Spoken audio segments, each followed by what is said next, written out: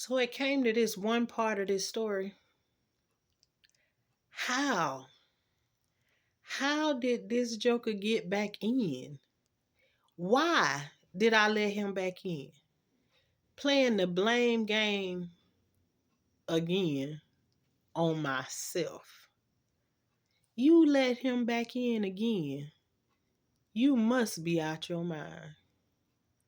But I did it. And after 3 days of thinking, I finally put it together how he got back in. So here go the next part. Remember all the stories that I done told you already about how you can't have Medicaid, you can't get no food stamps, you can't get no kind of assistance when you hiding a married man, trying to protect him. Let your kids go down the drain behind it. Hmm.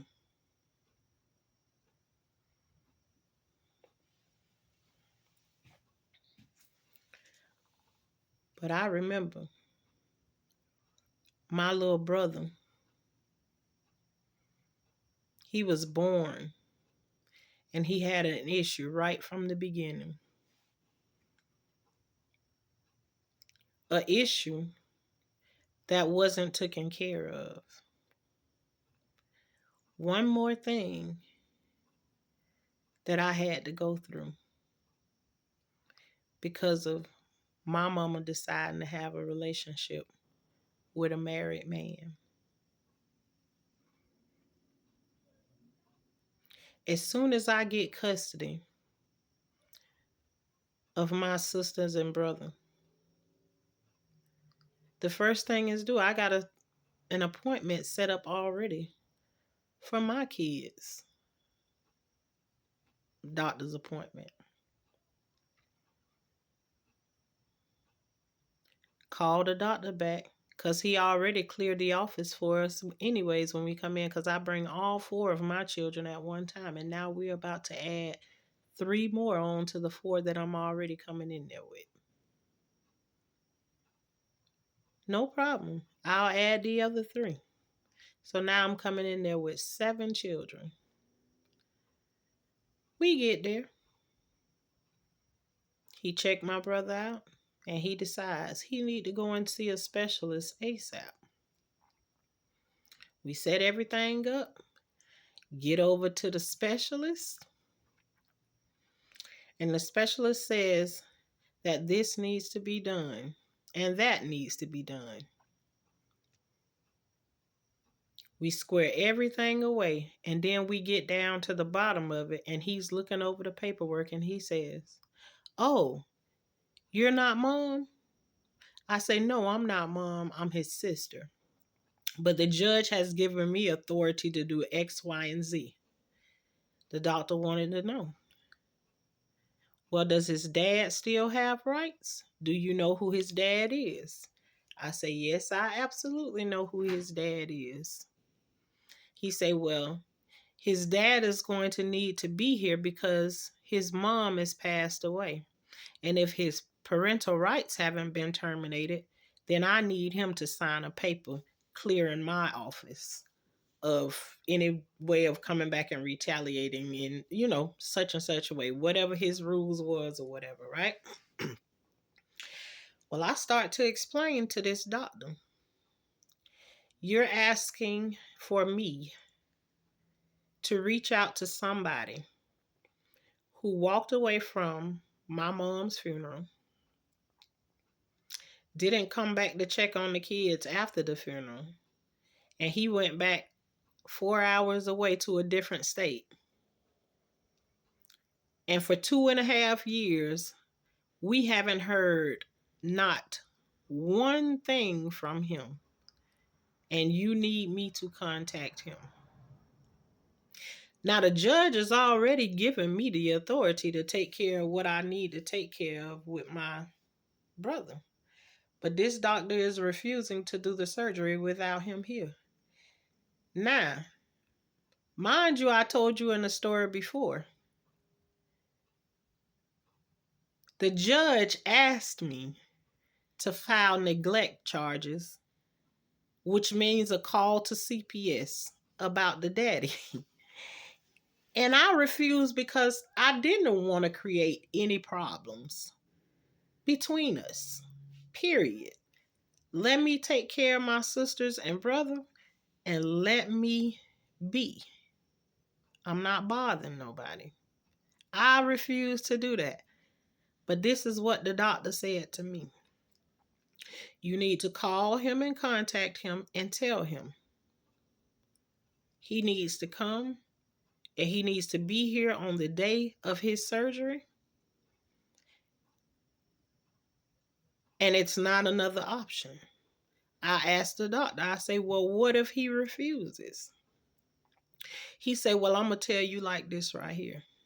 He says, this is a surgery that he needs. And if he does not show up to that surgery and sign this paper,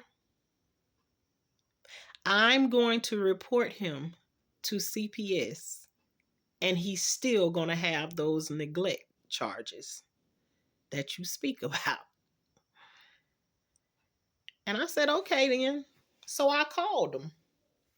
I called those kids' daddy, that married man, and I said to him everything that the doctor just told me. And voila, on the day of surgery, he shows up, which then opens the door for him to step back in our life.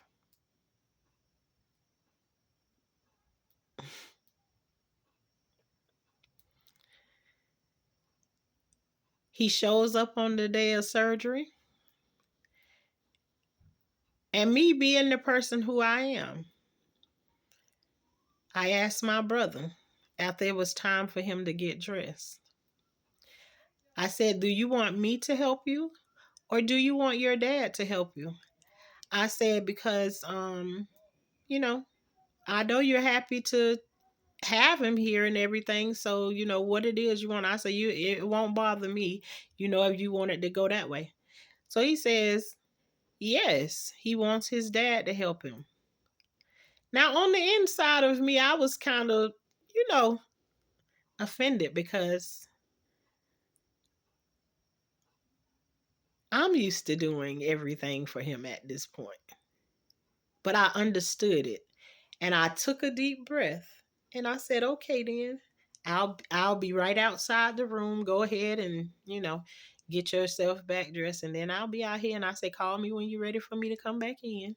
He was like, all right. He spent a little time with his dad, And I was happy. He was happy because, his dad was there and everything. But me, on the other hand, knew that you're not here because you wanted to be here.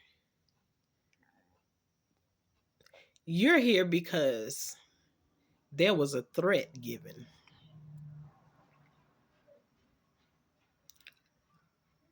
There was a threat that was given. So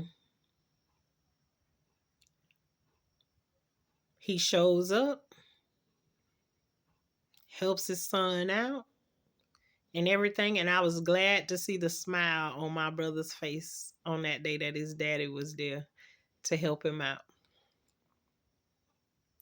Now, he follows us back to my home, sees me in and everything.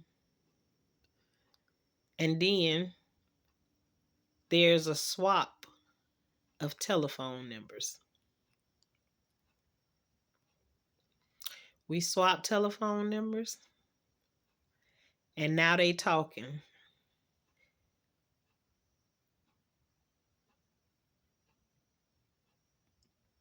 But these phone calls are working one way. And I bet you can't guess which way those phone calls was coming from. But okay. The phone calls were happening. And the next thing you know, there's an offer put on the table.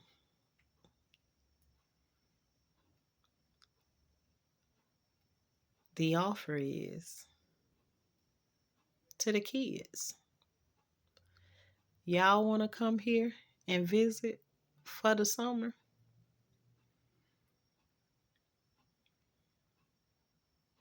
I can see my brothers in them face right now. To turn around and happily just turn around on the phone and it's like, hey, they want to know, can we come and visit for the summer? And I tell them, I said, we'll think about it. We'll have to talk about it and, find out some more things or whatever, but we'll see. Now, on the inside of me, I am dying that the question is even asked because everything on the inside of me is already telling me what's about to happen. I saw it before it even came, but I already knew what was about to happen. It was as if I was preparing myself for the storm that was about to come. Hmm.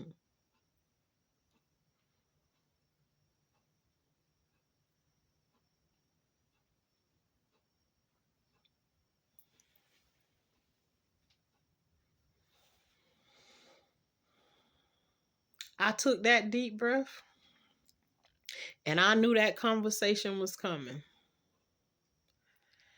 And my brother them couldn't wait. You gonna let us go? You gonna let us go? I took about 2 or 3 days and I thought about it. I mean, I thought and thought and thought and thought and thought, and everything in me wanted to say no. But I had a lot to think about, a lot. And I yet had all of the stories, what I had in the back of my mind. And I'm like, ooh, part of me saying no, and the other side is saying yes. Because the thing that you're gonna say no on is the thing that's gonna backfire on you in the end. It's gonna be the one thing that they can hang on and say it's your fault because of this and that and this and that. So I had a long conversation with myself and with my husband on what we do. Because I already knew what was coming. Me and my husband had the conversation. I said, I know that there's a game being played. And the game that's about to be played is, let's see, can we get the kids to move here with us? Now, if I had been seeing those tendencies before, I would be all gung ho about that. But when you ain't never showed up before, why I'm gonna be excited about you want to come along and get them now? Cause my spotty senses had already went off and told me, you gonna make my mama pay one way or the other. And if you couldn't get a one way, you was gonna make sure you was able to spend some of her money.